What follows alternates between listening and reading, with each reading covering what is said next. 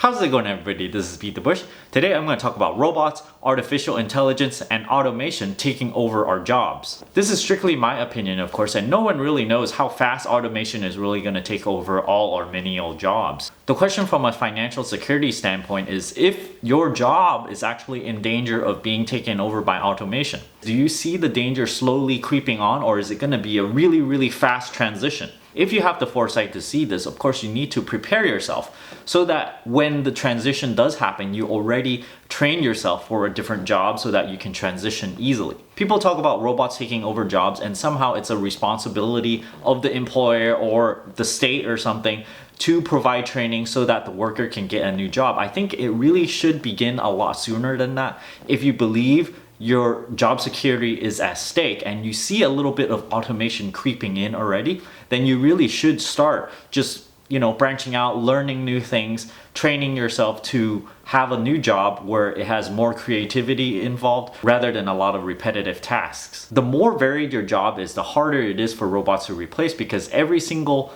job that you're doing, every single mini task, they actually have to design one single robot to attack that. Examples are telemarketers. They're already doing this with automated voice calling.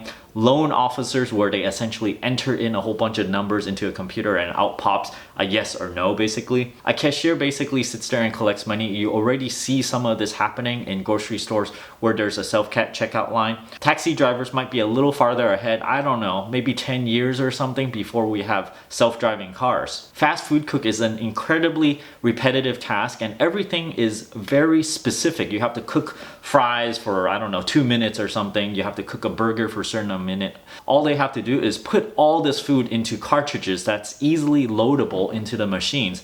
And basically you walk up to a fast food restaurant and you don't even need the cashier there. You just enter what you want, and basically it'll be like a giant vending machine, and then it's gonna dispense whatever food that you ordered. Postal worker, I've already seen some automation going on already, because there's already 2 self-service postal machines that can do most of the things that the postal worker can do at the front desk. Some of the jobs you might see transition slowly. You might start to see little kiosk or something that replace some of the cashiers or some of the jobs, and then maybe you might have someone that needs to operate those machines. The example would be like in a supermarket where they have 6 self-checkout positions, so 6 people can essentially go through, and you have 6 times as much volume that can go through, and you have one single person that's manning all those 6 self-checkouts.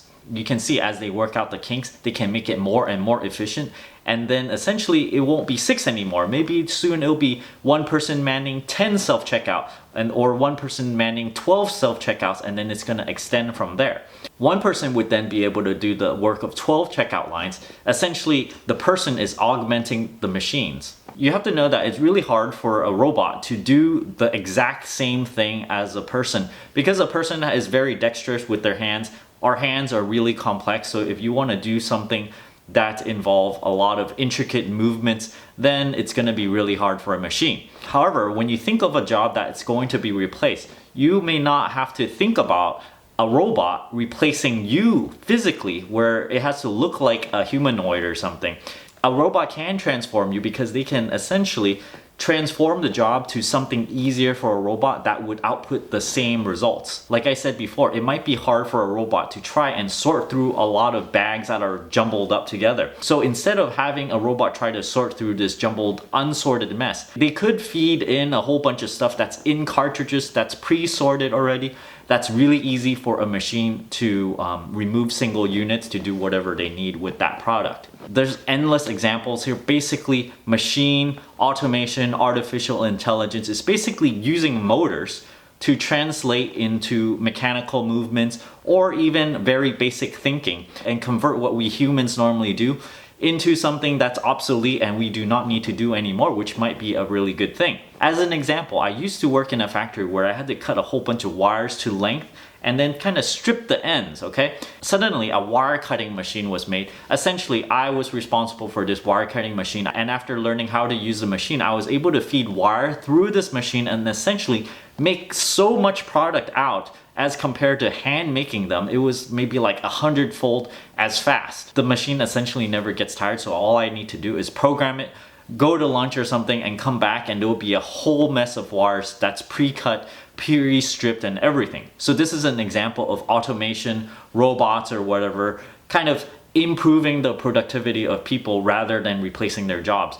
Productivity gains is actually a good thing because if you are able to transition to this higher productivity job, you might actually get paid more and you also produce more product for the company. Now let's think about what happens if robots take over all our menial jobs. We are definitely going to see this happen within our lifetime. Certainly within the next 20 years, more and more of this is going to happen. I just saw a video about a bricklaying robot. It essentially needs a lot of support people in order to make it work. Yes, it's going to be slow at first. With each iteration, it's going to get better and better at laying bricks, and eventually it's going to replace some of the long stretches of bricklaying. It might not be able to do curves or very intricate little things, all these weird small tasks. But I can totally imagine that as soon as it's really good at laying the straightaways, maybe they're gonna add in how to lay bricks around the corner. Then they're gonna add one feature after another, and every single feature that they add, it's going to replace a little portion of the bricklayer's job. This is going to be gradual, and initially they needed to hire 10 bricklayers for a certain project. Maybe later on they'll only need 8 bricklayers, and then as the machine gets better and better, eventually they're going to reduce this number because the machine can do more and more. Now, if I'm the bricklayer, I would be worried if I'm not the person that is manning the bricklaying machine, because essentially if you're doing the regular job and not messing with the machine, your job is going to get smaller and smaller. The possibilities of what you need to do, it's going to shrink. At the same time, it means there's more and more bricklayers that needs a job. Not everyone is going to try to find new opportunities or completely switch careers. At that point, there's going to be an abundance of bricklayers, and therefore it's going to be harder for you to find a bricklaying job. Initially, these machines are going to be pretty expensive in the point of view of the company using them. However, as technology advances, I believe that these machines is going to get cheaper and cheaper. It's not going to flatten out, but perhaps the price won't go down too drastically. However, the features added to it, the things that they're able to do, it's going to increase, therefore giving them a lot more value. In a capitalist country, I think companies that buy a robot, it's likely going to cost 10 times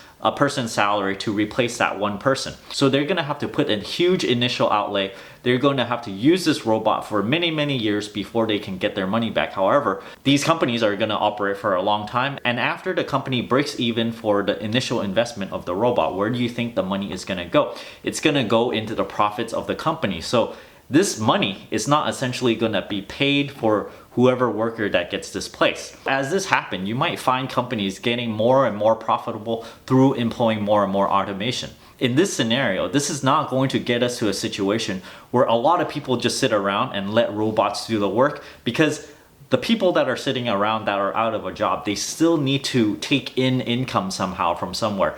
And this income that the company makes is going to be put in the company. It's not going to be extracted from the company and then somehow given back to the people that are displaced. All this means is that the people that are displaced really need to find alternate jobs, need to retrain. And if you see this happening, you really need to start learning outside of your job, just sort of as an insurance plan for yourself.